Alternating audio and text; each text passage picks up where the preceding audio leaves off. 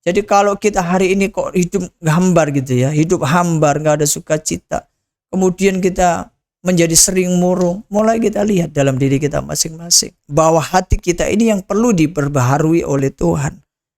Jadi kalau hati kita beres, saya percaya bahwa semua yang kita rasakan di dalam hati kita adalah sesuatu yang nyaman gitu ya. Sesuatu yang bebas dari kekhawatiran, sesuatu yang bebas dari segala ketakutan. Salam jemaat Tuhan yang terkasih. Saya bersyukur dapat melayani kembali di GAB Daat Surabaya. Dan saya percaya bahwa setiap kita yang sungguh-sungguh rindu, yang sungguh-sungguh percaya ada kuasa dari firman Allah, kita pasti akan membuka hati kita untuk mendengar dan belajar bersama-sama. Namun sebelumnya kita berdoa, kita mohon pimpinan Roh Kudus. Bapak, terima kasih, kami bersyukur buat waktu yang Kau beri bagi kami Tuhan, kesempatan untuk kami menikmati kemurahan-Mu. Dan saat ini Bapak, ketika kami beribadah, kami tahu dengan siapa kami sedang berhadapan, dan suara dari Allah yang sedang kami dengar lewat hamba-Mu. Tolong Tuhan kami, berikan kerendahan hati, buka hati pikiran kami, supaya kami dapat memahami firman-Mu. Terima kasih Tuhan, kami naikkan syukur, tolong kami Roh Kudus. Di dalam nama Yesus kami berdoa, haleluya, amin. Ya, puji Tuhan, kita semua selalu di dalam kemurahan Tuhan, dan kita percaya Dia akan memelihara kita dengan sempurna di tengah situasi yang gak gampang bagi beberapa orang. Nah, perkenalkan, saya Pendeta Hadi Triyono, dan saya bersyukur diberikan kepercayaan, kesempatan untuk melayani di GAB Daat Surabaya. Nah, kebetulan saya tinggal di Sidoarjo ya, di wilayah yang banyak tambak ya, di Lingkar Timur, itu daerah yang banyak tambak begitu. Jadi kalau di lingkungan perumahan saya itu pemancingan itu banyak sekali ya, pemancingan banyak sekali. Saya suka perhatikan gitu, kalau sore saya pulang dari kantor, saya lewat di jalan ya, lihat di pemancingan. Saya melihat ada satu ibu ya, pernah saya lihat satu ibu itu duduknya bukan di pemancingan ya, duduknya di pinggir sungai. Nah, duduknya di pinggir sungai pakai sepeda mini ya, kemudian dia duduk di situ sambil mancing gitu. Nah, kalau kita pikir ya, kita berpikir sepertinya kalau mau cari ikan ya mesti di pemancingan yang jelas ada ikannya di situ disiapin. Ya, kalau di sungai bisa sih dapat, tapi peluangnya mungkin tidak sebesar mereka yang betul-betul ada di pemancingan gitu ya. Nah, saya merenung kemudian begini. Kadang di dalam hidup kita itu apa yang kita peroleh, apa yang kita dapat, apa yang kita kejar gitu, itu kadang nggak lebih penting ya dari suasana hati kita yang justru membutuhkan rasa tenang, yang justru membutuhkan satu sukacita, bukan karena kita dapat sesuatu. Nah, kalau kita perhatikan ibu tadi ya yang saya ceritakan, mungkin dia tidak berpikir akan dapat ikan di situ ya, tapi dia senang aja, dia bisa memancing di situ, dia bisa bisa duduk santai di situ. Nah, kadang bagi kita yang tinggal di kota begitu ya, di daerah yang ramai, itu kita penuh dengan banyak sekali kesibukan ya, dan kemudian kita di jalan pun kena macet, kemudian lingkungan bekerja kita kadangkala penuh dengan tekanan yang berat ya, sehingga dengan begitu kita sulit untuk menemukan satu sukacita, kita menemukan satu kondisi yang tenang dalam hati kita. Nah, jadi Bapak Ibu Saudara, rekan yang terkasih, jemaat Tuhan, saya ingin kita sama-sama merenungkan ya. Saya ingin sharing gitu, bagaimana kita bisa mengalami hidup yang dipenuhi dengan sukacita. Ya, terlepas dari apa yang kita bisa peroleh dari pekerjaan, terlepas dari apa yang kita miliki, terlepas dari pencapaian kita secara pendidikan, secara karir, secara jabatan begitu. Nah, saya ajak kita membaca di dalam Roma pasal 12 ayat 1 sampai dengan ayat yang ketiga. Ya, Roma pasal 12 ayat 1 sampai dengan ayat yang ketiga. Karena itu, saudara-saudara, demi kemurahan Allah, aku menasihatkan kamu supaya kamu mempersembahkan tubuhmu sebagai persembahan yang hidup, yang kudus dan yang berkenan kepada Allah. Itu adalah ibadahmu yang sejati. Janganlah kamu menjadi serupa dengan dunia ini, tetapi berubahlah oleh pembaharuan budimu, sehingga kamu dapat membedakan manakah kehendak Allah, apa yang baik, yang berkenan kepada Allah, dan yang sempurna. Berdasarkan kasih karunia yang dianugerahkan kepadaku, aku berkata kepada setiap orang di antara kamu, janganlah kamu memikirkan hal yang lebih tinggi daripada yang patut kamu pikirkan, tapi hendaklah kamu berpikir begitu rupa sehingga kamu menguasai diri menurut ukuran iman yang dikaruniakan Allah kepada kamu masing-masing. Nah, Rasul Paulus menulis ya kepada jemaat di kota Roma ya, sekalipun dia tidak mendirikan jemaat di kota Roma karena kemungkinan sudah ada orang-orang Kristen sebelumnya yang merintis pekerjaan Tuhan di sana. Nah, jadi kalau bicara tentang hidup yang dipenuhi dengan sukacita ya, hidup yang dipenuhi dengan sukacita, hidup yang bisa dikatakan tidak hanya mengejar target ya, tidak hanya mengejar pencapaian. Saya melihat ada dua prinsip yang penting di situ. Nah, pertama dari Roma 12 ayat yang kedua. Ya, Roma 12 ayat yang kedua.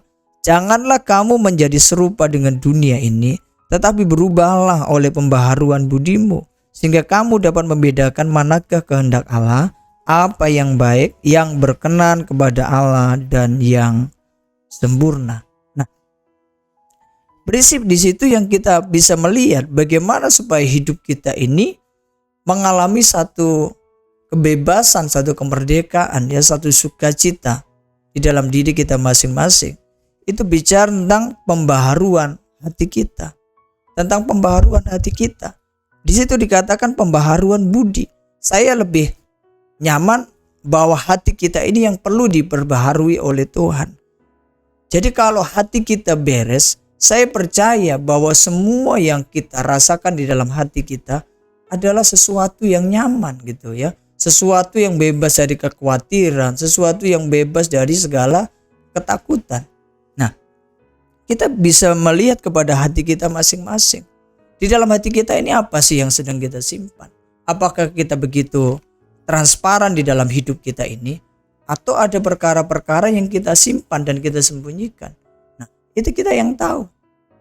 Waktu kita memiliki satu keinginan yang besar dalam hati kita dan kemudian kita mengejarnya dengan sepenuh tenaga kita, pagi kita bangun kita kejar, siang kita kejar, sore kita kejar, malam kita masih kejar. Nah, kalau hati kita hanya dipenuhi dengan keinginan dan keinginan, ya maaf, akhirnya apa yang kita alami? Kita akan menjadi stres, kemudian kita merasa bahwa hidup kita tidak seberuntung orang lain, bahwa pencapaian yang kita miliki tidak sehebat orang lain. Tapi waktu kita kemudian merenungkan kepada pribadi kita masing-masing, bahwa hidup yang penuh di sukacita itu ditentukan oleh pembaharuan hati kita. Jadi izinkanlah Tuhan mengerjakan sesuatu dalam hati kita, sehingga kita berpikir apa yang baik, apa yang berkenan kepada Allah, dan yang sempurna. Dan percayalah bahwa apa yang kita inginkan dalam hati, tanpa kita bicara, tanpa kita ngomong, Tuhan tahu dan Tuhan mengerti. Dan kalau itu kemudian kita belajar serahkan kepada Tuhan, maka hati kita akan menjadi nyaman. Apakah kita akan memperoleh apa yang kita mau atau enggak? Itu enggak lagi penting.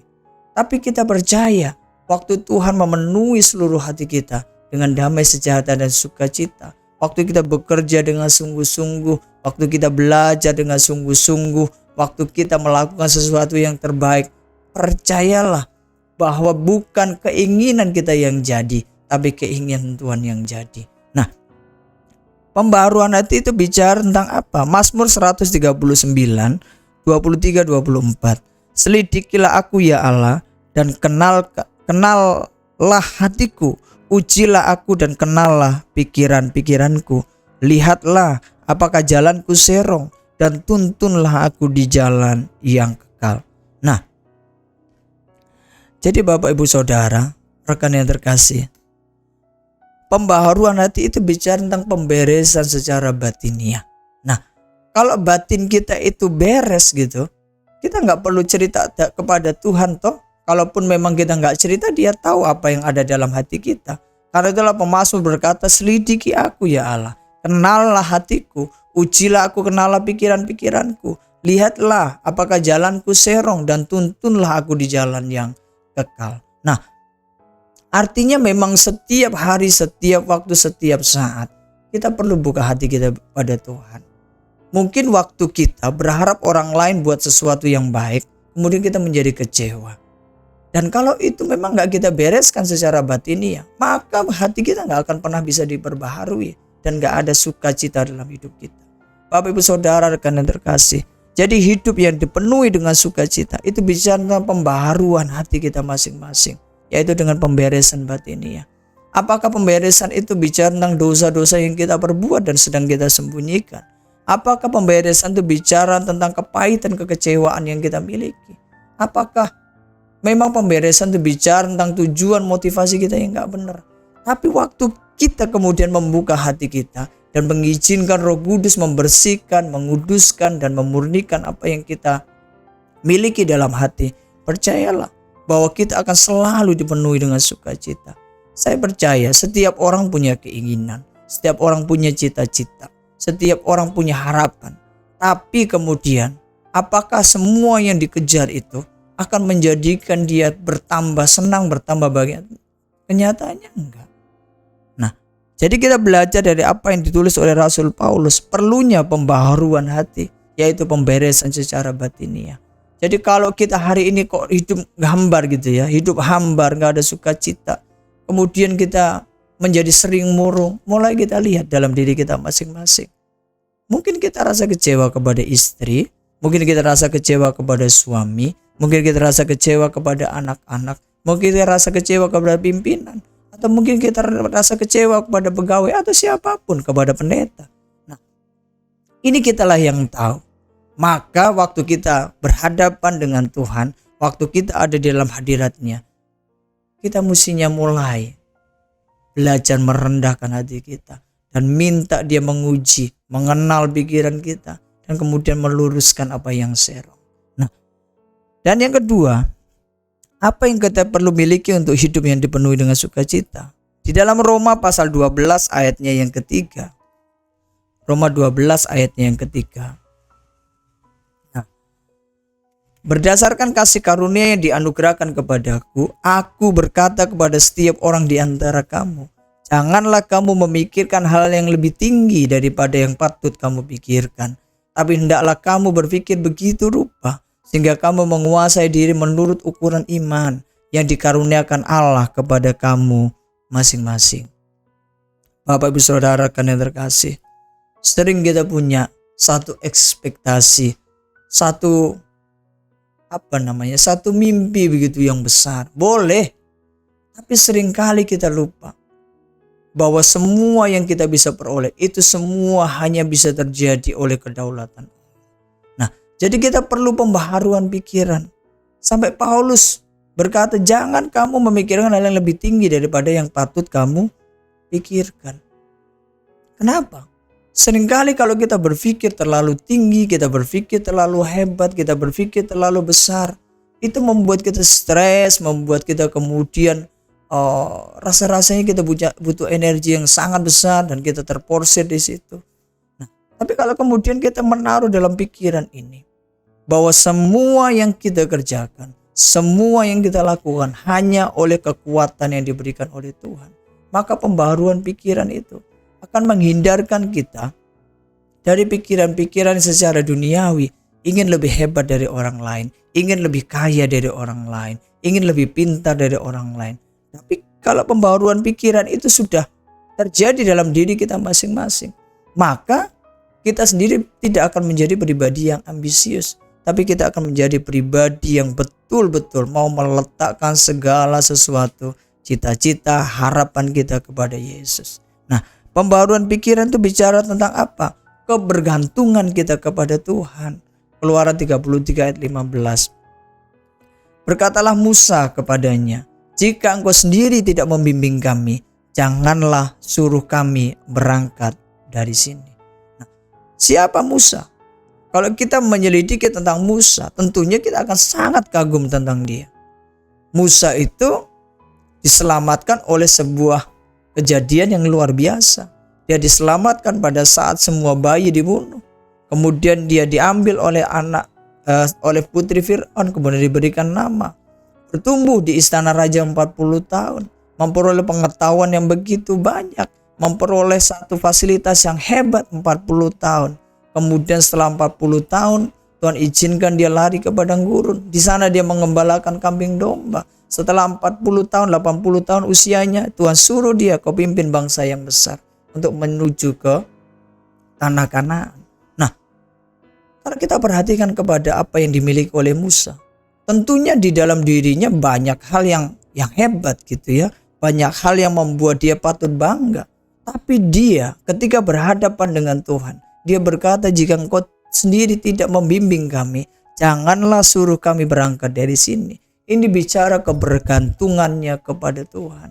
Jadi pembaharuan pikiran itu bicara tentang kebergantungan kita kepada Tuhan. Jadi kita boleh punya rencana yang besar buat perusahaan kita. Kita punya rencana yang besar buat pendidikan anak-anak kita. Kita punya rencana yang besar buat apapun. Tapi belajar, berpikir perkara-perkara yang sederhana sesuai dengan takaran iman kita hari itu. Karena dengan begitu kita akan selalu belajar untuk bergantung kepada Tuhan. Jadi memulai segala sesuatu dalam pimpinan Tuhan. Kalau bukan karena Tuhan yang tolong, saya nggak bisa jalan. Inilah yang penting dalam diri kita masing-masing. Jadi dua prinsip yang kita belajar, bahwa untuk menikmati sukacita yang penuh dalam diri kita, dalam hidup kita masing-masing, pertama perlunya pembaharuan hati kita, yaitu pemberesan secara batiniah. Dan yang kedua perlunya apa? Pembaharuan pikiran. Jangan berpikir yang terlalu jauh, terlalu tinggi, terlalu hebat, terlalu besar tanpa bergantung kepada Tuhan. Ini yang menjadi satu kerinduan bagi saya sebagai hamba Tuhan dan juga bagi setiap kita yang percaya kepada Allah. Percayalah, Dia akan memelihara kita dengan caranya yang ajaib. Kalau engkau satu kali diberikan kelimpahan secara ekonomi, itu caranya Tuhan. Kalau satu kali pendidikanmu diberkati, engkau dapat beasiswa, itu pun caranya Tuhan. Kalau apapun anak-anakmu yang hari ini engkau sudah bersiapkan, satu hari masa depan mereka, itu pun caranya Tuhan. Jadi jangan sampai kita menjadi stres, kita menjadi berpikir terlalu berat, kita kehilangan sukacita.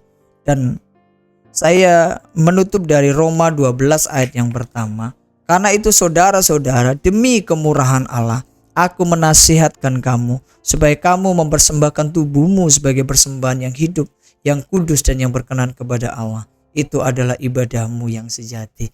Ini saja yang perlu kita pikirkan setiap hari, yaitu supaya kita mempersembahkan hidup kita sebagai persembahan yang terbaik bagi Tuhan, yang kudus, yang berkenan kepada Allah, sebagai ibadah yang sejati. Kalau itu sudah kita miliki, kita datang kepadanya, kita layani Dia, kita bekerja dengan sungguh-sungguh, hati kita perbaharui, kemudian pikiran kita minta pembaharuan dari Tuhan. Saya percaya kita semua akan mengalami sukacita. Mungkin usaha pekerjaan boleh gagal, tapi sukacita itu tidak akan gugur dalam hati kita. Mungkin sekolah pendidikan kita tidak sesuai dengan harapan, tapi percaya sukacita itu gak akan hilang dari diri kita. Karena kita percaya orang yang betul-betul berjalan di dalam jalan Tuhan, dia akan menemukan satu sukacita yang penuh dalam hidupnya.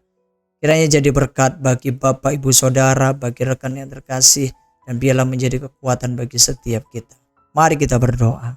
Bapa dalam surga, terima kasih, dan saat ini Tuhan kembali kami datang kepada Engkau. Kami naikkan syukur kami oleh sebab kami percaya hidup kami yang kami miliki itu semua oleh karena Tuhan. Dan kalau hari ini Tuhan kami miliki sesuatu, itu pun karena Tuhan. Dan kami mau belajar supaya hidup kami dipenuhi sukacita, yaitu pemberesan secara hati kami. Dan kami Tuhan perlu juga pembaharuan dalam pikiran, sehingga tujuan-tujuan kami seturut selaras dengan tujuan Tuhan. Terima kasih Bapa, terima kasih Roh Kudus, segala kemuliaan bagi nama Yesus, sebab Engkau yang memiliki dari kekal sampai kekal. Kami berdoa, haleluya, amin.